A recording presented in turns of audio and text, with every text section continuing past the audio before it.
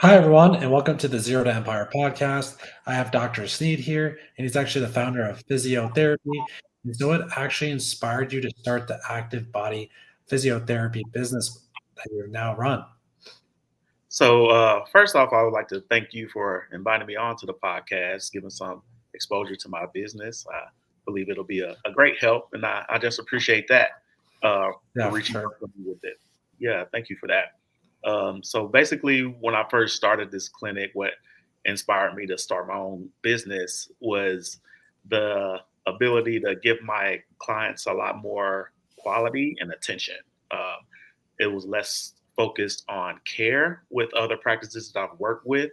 It was more focused on numbers and seeing as many people as you can in one day, which that didn't really allow me to give quality treatment to those people, and they got less quality results. And so, in order to give people the quality of treatment that I like to give them, so that they can improve and move on with their lives, I felt like coming out to be like a little more independent worked a lot better for me. Yeah, that's awesome. And that's great to hear that your business is thriving and that you've taken it upon yourself to do this. So, what actually, like, can you actually break it down how your business works and the business model behind it? Yeah, sure. So basically, I've worked with a mix of clientele. So I work with insurance and I work with a cash based model. So it's more so like a hybrid model of care. And so I work with a lot of people who have disabilities, a lot of people in this current clinic, they have amputations. So I have some experience working with them when I was working with Walter Reed Army Medical Center. I worked in the amputee division. And so this clinic reached out to me to open up a practice within their business. And so I focus on a lot of hybrid insurances. I work with some federal workman's comp insurances and also a cash based model. That's solid. And what actually drew you to those specialties and niches?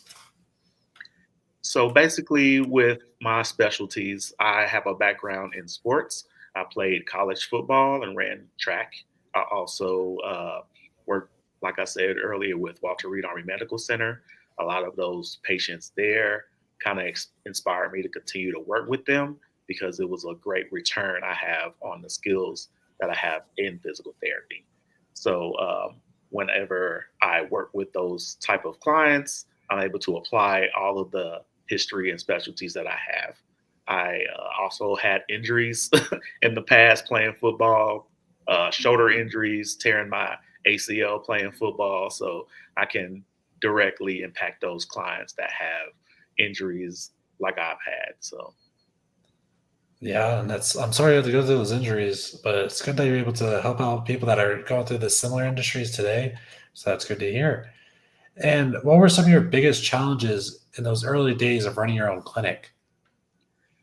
the biggest challenges faced with opening the clinic started off with just finding somewhere to go, finding somewhere I can open up with direct clientele that I can serve.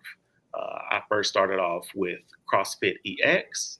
That was a gym that I belonged to, and the owner there allowed me to work in that gym with him and treat those clients, treat the athletes that were there.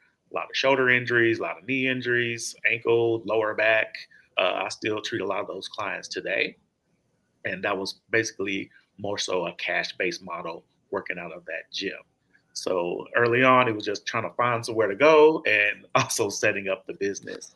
And so I had problems with that to begin with. Another problem I had was just finding the correct balance and wanting to expand, but also needing the funding to expand.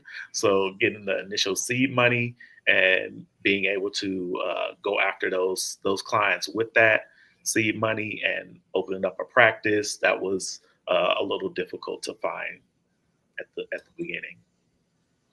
Yeah, it's definitely tricky.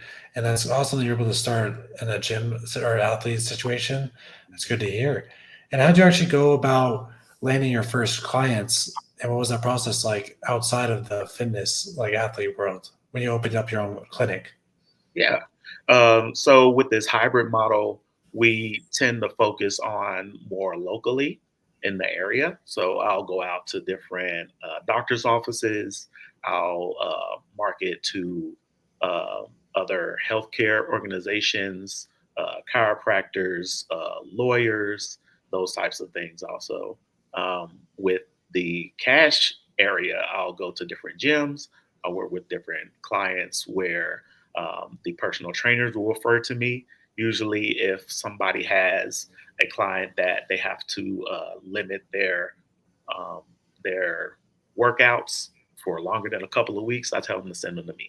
It's not their job to diagnose a rotator cuff injury, and it's not my job to help them build a bigger booty. So I tend to try to give them that little spiel to help me keep their clients in the gym and also help them to get the best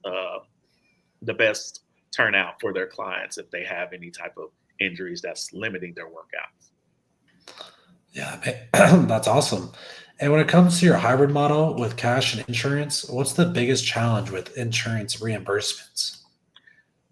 So a lot of things that I run into with insurance reimbursements are really low rates. One thing I did not know with reimbursing with insurances is that they give independent practitioners a little bit less of reimbursement than they do outpatient orthopedic practices that connect to a hospital.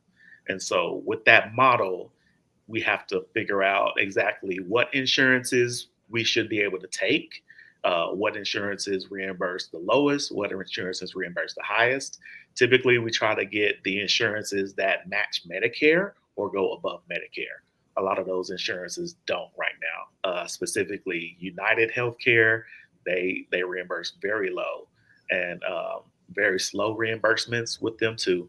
Recently, they had a new rule saying that we have to submit authorization for someone that we treat longer than 6 visits, and that can be very slow. Most people that are on their health insurances need at least 8 to 12 visits in order to get better, and that can slow progress a lot. So it's a lot of problems with insurance is reimbursing very slowly, having to jump through so many hoops, and also having a reliable billing company. I will be starting with my third billing company with this clinic after being open at this hybrid practice for about a year and a half. It's very difficult to find a company that knows your clientele and knows how to bill properly without many mistakes. With it just being me in this practice, I can't have a lot of mistakes. I can't submit so many refunds for any care if there's a mistake, and trying to get the best authorizations for these clients, and just limiting those mistakes helps out a lot for me. So I'm going to be switching billing companies soon because of that. Yeah, best of luck switching, man. This sounds pretty tricky, so I Yeah. wish you the best for real. And what's something about running your clinic that most people wouldn't expect? Most people wouldn't expect the amount of marketing that you have to do, all the meetings that you have to attend. Uh, One of the biggest things you really have to do in a new market is get the marketing down to the niche and specifically to the clients that you're looking for. So that's a big investment. And so getting right now, you have social media, you have websites, you have SEO, you have a lot of different things that you have to learn for marketing. It's not the traditional thing anymore to just go to somebody and say, "Hey, send me clients," And typically, with those physician offices that you have to go to market, you have to, build a relationship. So a lot of times the office will say, "Well, let's have a meeting," but during the meeting, you pretty much have to feed us. So when I go to those offices, I do have to get some type of food for their lunch, whether it's Publix, that's a good choice. A lot of times they love Publix. Publix has fresh food, salads, fruit, all of that helps out for them. Tacos is always a big hit. So those are my two big things when I go out to physicians' offices. And so you also have to have a budget for that. Typically, I'll spend a good maybe $200 to $300 on a lunch. So I have to sparse those out probably once a quarter in order for it to be beneficial. So you always have to show your face. You always have to have a lot of paper. So marketing materials, cards, flyers, all of those things that you have to have. So it's a big learning curve with marketing.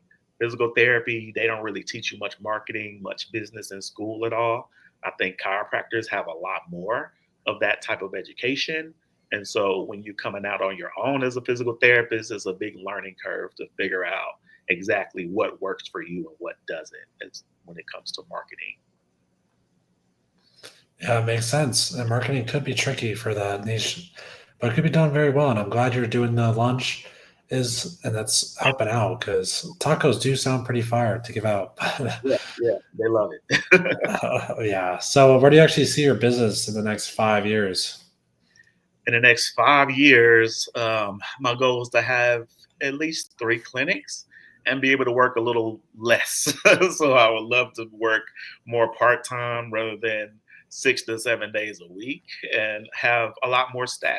So I'd rather have somebody that can take over the marketing, someone that can take over the day to day operations in the clinic, and be able to run those clinics independently without too much help on myself, but being able to fill in when my practitioners need some help in those clinics. That's my goal in the next 5 years.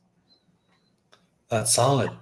And when it comes to opening up another location, what are the biggest hurdles you face in scaling your business?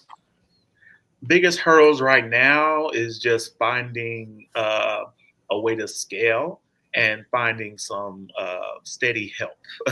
And so right now, when you're scaling, you're not able to really have a full-time practitioner on staff, but you can have part-time PRN is like as needed clinicians.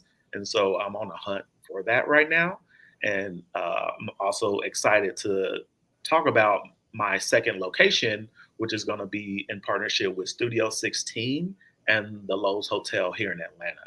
So that's basically going to be where a lot of my self pay clients will be, and it's part of a luxury physical therapy program that we're starting there.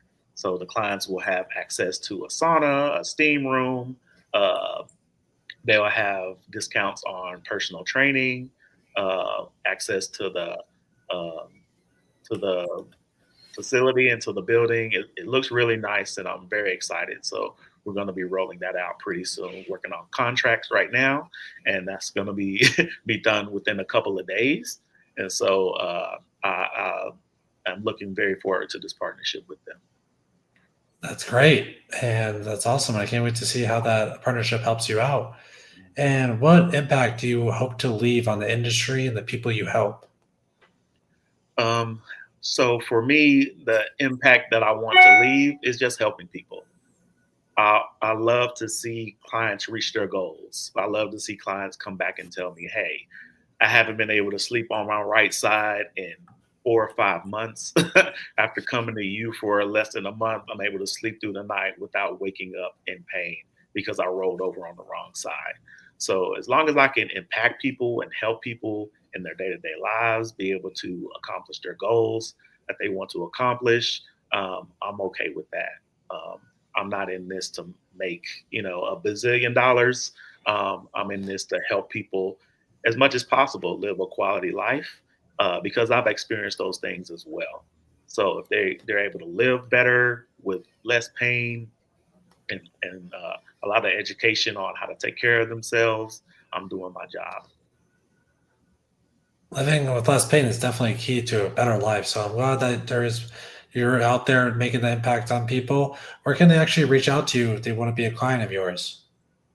So typically for me, you can just go on my website, www.activebodyphysio.org. And on that website, there's a little box saying that you can contact me. It's another box where you can schedule a free 15-minute evaluation. So I can get on a call, on a video call just like this. We can talk about the ability of me to be able to help you to attain those goals, or if you need some more education or some more treatment in another area, I can help that out too. So usually with those calls, I tend to figure out if I can be a help or not.